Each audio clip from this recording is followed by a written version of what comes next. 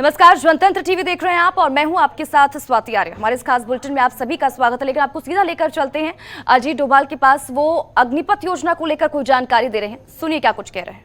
Street protest, there could be a rollback to the Agnipath scheme. There is no question of any rollback. There is no question. It is. Let me tell you one thing. This is not something which is a knee-jerk reaction which has come overnight. This has been being debated and discussed for decades.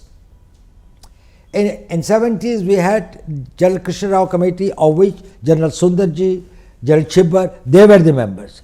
They talked about reorganization and reforming of the army, including the manpower policy, technology and others. So you're talking 40 years back?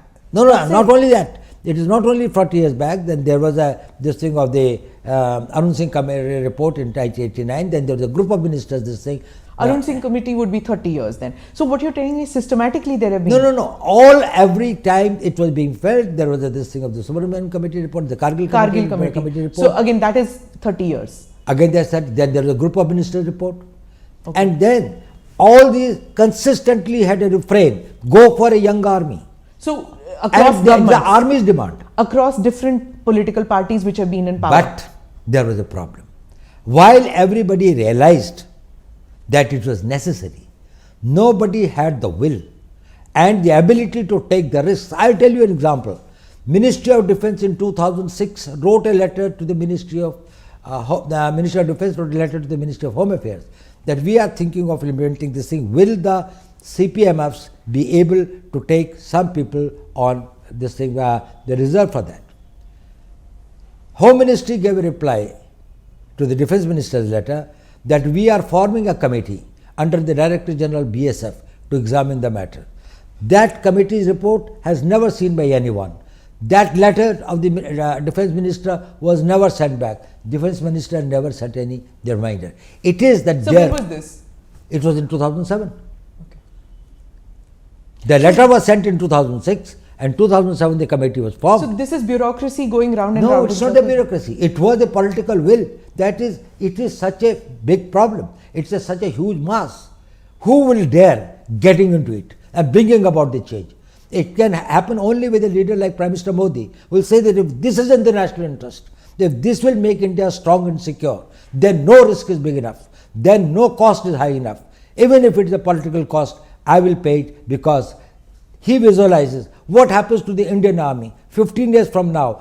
Security is not only thinking about your generation, also about the future generations. You will have an army which has been recruited and selected, and they have got manned by the people who have got the highest degree of fitness, agility, training, capabilities and others. They would be manning it. And then there will be a civil society in which you will have thousands of people who are there to bring about the change. They will be the catalysts of change. So Prime Minister Modi just yesterday has said that any kind of reforms that come, they disturb the status quo, who have benefited from status quo.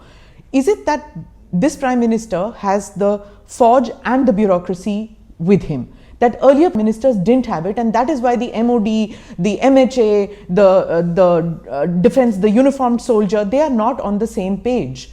Is it that the earlier Prime Ministers didn't have it and this Prime Minister has it? Well, yes, this Prime Minister, firstly, he has got a very clarity of vision, and he has got the ability to take decisions.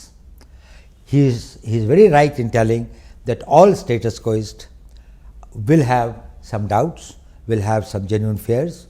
It requires a certain clarity. There is a lot of clutter and confusion, and to take it out, you need a very clear-headed leadership. When he is clear-headed, people down the line also become clear-headed.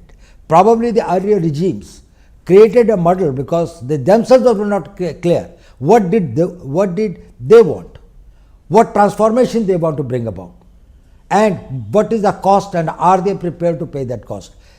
With the Prime Minister, I think the entire army, and let me tell you one thing, late General Rawat, he is not here. He was one of the persons who was spearheading it very this way. Successive army chiefs in the last few years. I think it has been going on for last 3 years or something like that, that we had been deliberating and thinking and this thing like that. I had seen large number of meetings over this thing and others.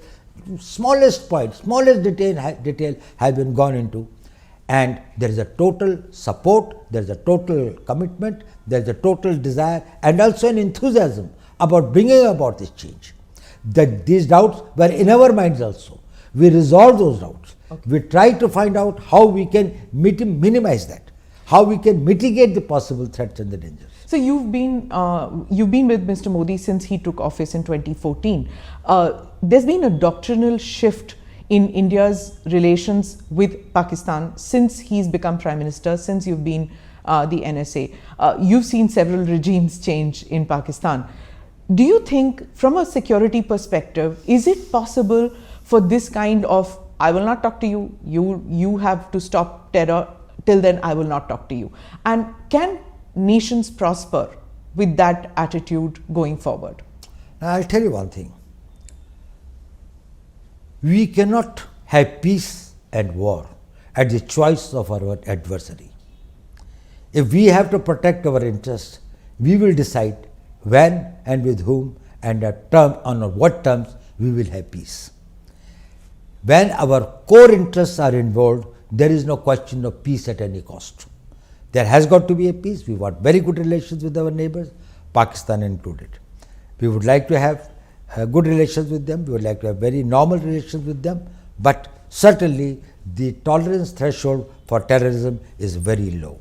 We certainly would not like to make our citizens as sitting ducks for the terrorists who come and this thing.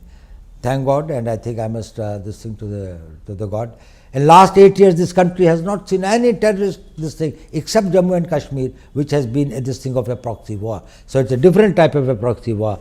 Just before that, see, between 2005 to 2014, we had Bombay, we had Pune, we had Kanpur, we have got Delhi, we have got this whole range of this, Bangalore, Ahmedabad and other. What was the whole range of this thing the country was being this way? If we were not firm, if we were not very decisive, if we did not have the clarity, we will fight it. And we will not beg for peace at any terms. So you spoke about Jammu Kashmir, so I have to say this because we saw that when Article 370 was taken back, you went there. You went to Kashmir, you spoke to the people. We saw that happening. What do you have to say to people who are victims of these lone wolf attacks which are happening? Yes, I agree that that terrorism as such from Pakistan is gone, but then these are these lone wolf attacks, soft targets which are going. How will you cope with that? How will terror end in every form in Kashmir? Well, this is a problem of security, and we are dealing with it. And we are dealing with effectively. Firstly, you must understand one thing. Post 2019, the mood and the temper of the people of Kashmir has totally changed. People are no more in favor of Pakistan, in favor of terrorism, in favor of this thing. You can see. Where is Hurriyat today? Where are those Bandh calls? Where is this Friday Hartals? They have all gone this thing like that. But some individuals, some young boys who are misled or who are this thing, they are getting into this thing. We are doing our best to persuade them. Their families are trying to persuade them. A lot of change has come about, but still there are few persons and some individual tanzeems, the militant organizations and others who are still operated and go by a mistaken notion of their beliefs or whatever is that they want to be the Fidains and they want to come. They do create problems for us. We are fighting them. And we are fighting them with total resolve. There is no way to deal with the terrorists. We don't deal with terrorism. We have to deal with the terrorists. And terrorists, their equipment, their weapons, their explosives, their money, and we on all fronts are trying to tackle it.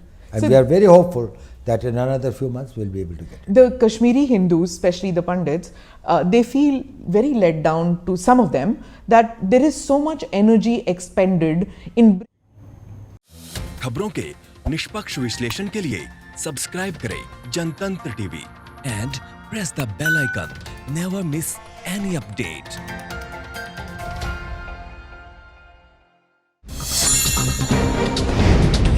Download कीजिए Jantantra TV app को, जो कि available है Google Play और app store पर। अधिक जानकारी के लिए अभी डाउनलोड करें।